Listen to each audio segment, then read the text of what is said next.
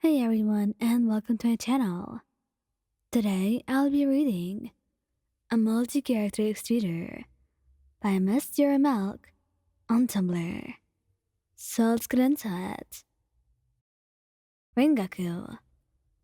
You cannot tell me that this man is not organized. A 6 feet Marie Kondo if you may. And he absolutely finds comfort in meaningful routine like practicing forms, skincare, organizing storage closets, a library organized by word count. A well-kept life is a sign of a dedicated mind. So when his Harry goes missing, one of the things he doesn't go a day without, the man is slummoxed. Unfortunately, there's only one suspect. But who could blame you?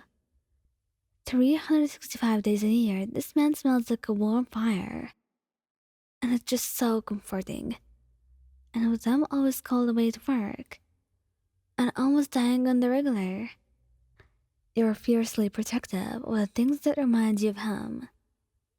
Absolutely lay down your life precious.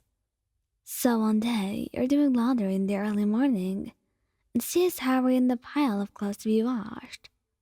Not on your watch. He wakes up alone with his empty arms. Then he jumps out of bed and reaches for his Harry so that he can go look for you without wasting time putting on layers. But it's not on the hook. Did he put it in the laundry? Peers into the hallway. The hamper is gone. And not even Rengoku does laundry before dawn. My love? He bellows through the halls of his home. You're the only thing that doesn't wake him up at night. He trusts you. So when you wake up earlier than him and start your day, he's only ever a little extra clingy. Never worried. He loves what a hard-working morning person you are, even though no one could sleep decently while living under his roof.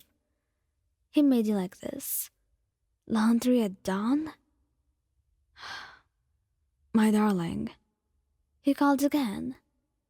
He's wandered into the kitchen, where you're squat on the porch next to a basin of water and a pile of clothes. But you're not washing them. You're wrapped up in his Harry, over your head, round your shoulders, knees tucked inside of it. And you turn to him, only your face peeking out. It smells like you. He waits no time, literally 0 seconds. Rengoku efficiency Kyojuro. Scooping up his little ball of love in his arms, dirty Harry and all. And I smell like me too. Come back to bed. You. His heart is extremely sentimental to him. There isn't an unsentimental bond in this man's body. He knew this, but did not realize exactly what his Harry meant to him. He wasn't going to leave without it, and he's so aloof it's hard to get his attention sometimes. It can drive you crazy. I'm not giving it back, you. Come down from there.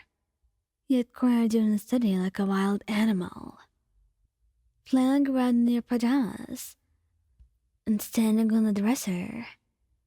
You don't need it. Please, just... You're the one leaving in the middle of the night. Why on? You hated, and I mean hated it, when he said your name like that. So exasperated. Trust me, it's infuriating.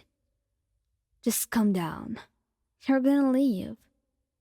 The Carl came tonight to mug both of you up with new mission details for the Hashira. But leaving was proving harder than normal. Why on, please? They keep sending you on these missions, Giyu, and one day you might not come back at all.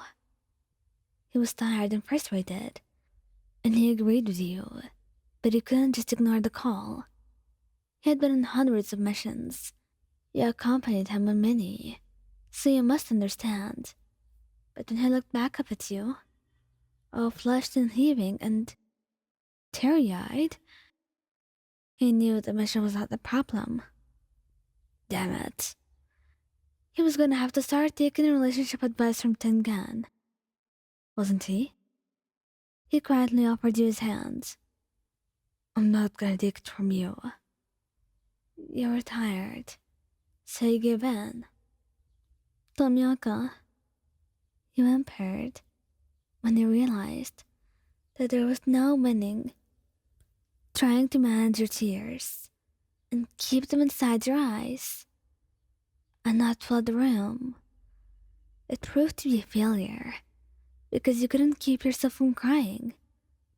It wasn't that big of a deal, you told yourself, but perhaps it was asleep, or the worry, or the fact that you knew that you would miss him, or maybe all of those that made you so emotional right now. You weren't managing very well. In fact, you always had trouble with this. But today was one of those days where you couldn't hide it. You can't want this stinky old thing. Your head shut up from where you were wiping away your tears. I do. But you have many of your own hurries. It's the only thing that smells like you. And right now, there was not much that you could think to do right then, other than pull you so close to him. It was the only way that he could give you reassurance and calm you down. So he wrapped an arm around your waist, gentle, warm, and reassuring, and pressed the other behind your head, bringing you closer. Bad idea. The tears just kept coming now, even more so when he was hugging you. You both wished that there was something other than the shoulder of his uniform to blow your nose on. He didn't bring it up. You know, he murmured, this mission's in a swamp, so I promise I'll give you a noseful when I get back. He said, and this comment of his, it broke you out of your tears, making you laugh. Tomioka might be a bit dense and cold on the outside, but he was always determined to get there eventually, if only to see your smile and make you happy. Thank you guys for listening. Don't forget to like, subscribe, and comment. I hope you enjoyed listening to this as much as I did making it. Anyway, goodbye.